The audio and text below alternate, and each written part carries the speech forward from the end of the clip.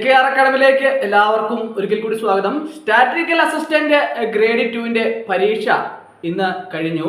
ഉദ്യോഗാർത്ഥികളെല്ലാം തന്നെ വളരെ പ്രതീക്ഷയോടെ കാത്തിരുന്ന ഒരു എക്സാമാണ്.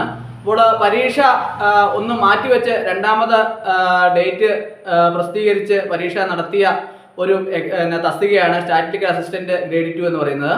അപ്പോൾ ഇതിൻ്റെ പരീക്ഷ കഴിഞ്ഞപ്പോൾ അതിൻ്റെ വിശദമായ അവലോകനം ഒരു ക്ലാസ് എടുക്കാമോ എന്ന് ധാരാളം ഉദ്യോഗാർത്ഥികൾ എന്നോട് ആവശ്യപ്പെട്ടു. സാറേ, എൻ്റെ കട്ട് ഓഫ് മാർക്കൊക്കെ എങ്ങനെയാണ് വരുന്നത്, അപ്പോൾ പരീക്ഷ പൊതുവെ എങ്ങനെ ഉണ്ടായിരുന്നു, ഇങ്ങനെയുള്ള ചോദ്യങ്ങളെല്ലാം തന്നെ ഉദ്യോഗാർത്ഥികളുടെ ഭാഗത്തു നിന്നുണ്ടായി. അപ്പോൾ അതിനെക്കുറിച്ച് ഒരു വിശദമായിട്ട് ക്ലാസ് ചെയ്യാമോ എന്ന് ചോദിച്ചതിൻ്റെ അടിസ്ഥാനത്തിലാണ് ഇങ്ങനൊരു ക്ലാസ് ഞാൻ അറേഞ്ച് ചെയ്തത്. അപ്പോൾ ഈ പരീക്ഷ പൊതുവെ ഒരു മീഡിയം ലെവലിലുള്ള പരീക്ഷയായിരുന്നു എന്നുള്ളതാണ് ഉദ്യോഗാർത്ഥികളുടെ പൊതുവെയുള്ള അഭിപ്രായം. ധാരാളം ഉദ്യോഗാർത്ഥികൾ പരീക്ഷ എഴുതിയ ധാരാളം ഉദ്യോഗാർത്ഥികൾ എന്നെ ഫോണിൽ വിളിക്കുകയുണ്ടായി.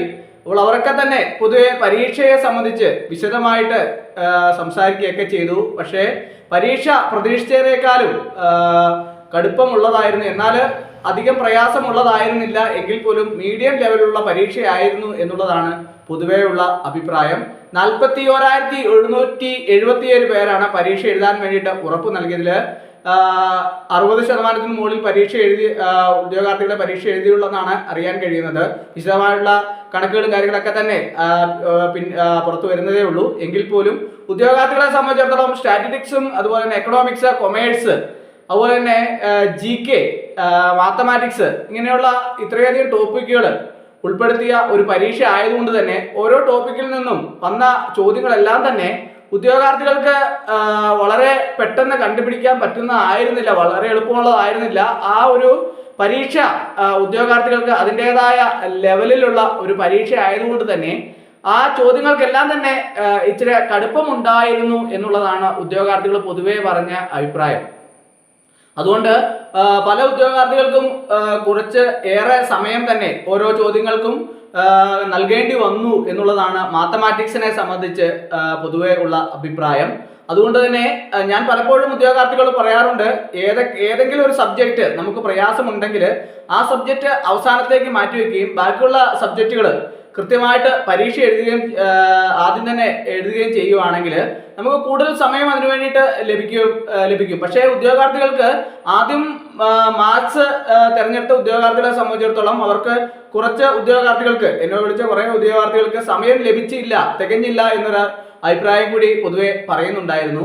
അതുപോലെ തന്നെ സ്റ്റാറ്റിസ്റ്റിക്സ്, കൊമേഴ്സ്, എക്കണോമിക്സ് ഒക്കെ തന്നെ വലിയ പ്രയാസമുള്ള ചോദ്യങ്ങളായിരുന്നില്ല എന്നും, എങ്കിലും സാധാരണ ഇതിൽ നിന്ന് പ്രതീക്ഷയിലും നല്ല നിലവാരമുള്ള ചോദ്യങ്ങളായിരുന്നു എന്നും ഉദ്യോഗാർത്ഥികളുടെ ഭാഗത്തു നിന്ന് അഭിപ്രായങ്ങൾ പറയുന്നുണ്ട്.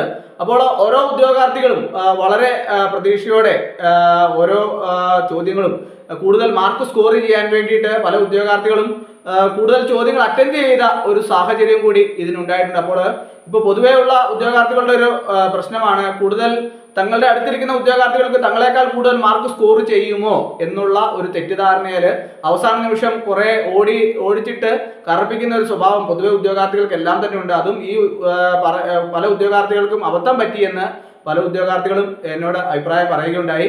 ഇതൊക്കെ തന്നെ പരീക്ഷയെ കൂടുതൽ നെഗറ്റീവ് മാർക്കിലേക്ക് തള്ളിവിടാനുള്ള സാഹചര്യം ഉണ്ടാവും. എങ്കിൽ പോലും ഒരു 50-55 മാർക്കിനിടയിൽ കട്ട് ഓഫ് മാർക്ക് വരാനാണ് പൊതുവെ ഉദ്യോഗാർത്ഥികൾ അവർക്ക് ലഭിക്കുന്ന മാർക്കിന്റെ അടിസ്ഥാനത്തിൽ അവർ പറഞ്ഞത്. പല ഉദ്യോഗാർത്ഥികളും ഓരോരുത്തർക്കും അവരവർക്ക് ലഭിക്കുന്ന മാർക്കിന്റെ സ്കോർ എത്ര കിട്ടുമെന്നുള്ളതിനെ കുറിച്ചൊക്കെ വിശദമായിട്ട് എന്നോട് പറയുകയുണ്ടായി. അപ്പോൾ അവർ പറഞ്ഞ മാർക്കിന്റെ അടിസ്ഥാനത്തിലാണ് ഒരു കട്ട് ഓഫ് മാർക്ക് ഇങ്ങനെയാണ് വരാൻ സാധ്യത. പക്ഷേ എത്ര പേരുടെ ലിസ്റ്റാണ് PSC ഇടാൻ ഉദ്ദേശിക്കുന്നത് എന്നതിനെ ആസ്പദമാക്കി കട്ട് ഓഫ് മാർക്കിൽ വ്യത്യാസങ്ങളൊക്കെ തന്നെ ഉണ്ടാവാനുള്ള സാധ്യത ഏറെയാണ്. അതുകൊണ്ട് തന്നെ ഉദ്യോഗാർത്ഥികൾ ഓരോരുത്തരും ഇനിയിപ്പോൾ അടുത്ത ദിവസം പ്രൊഫഷണൽ ആൻസർ കീ PSC പ്രസിദ്ധീകരിക്കും.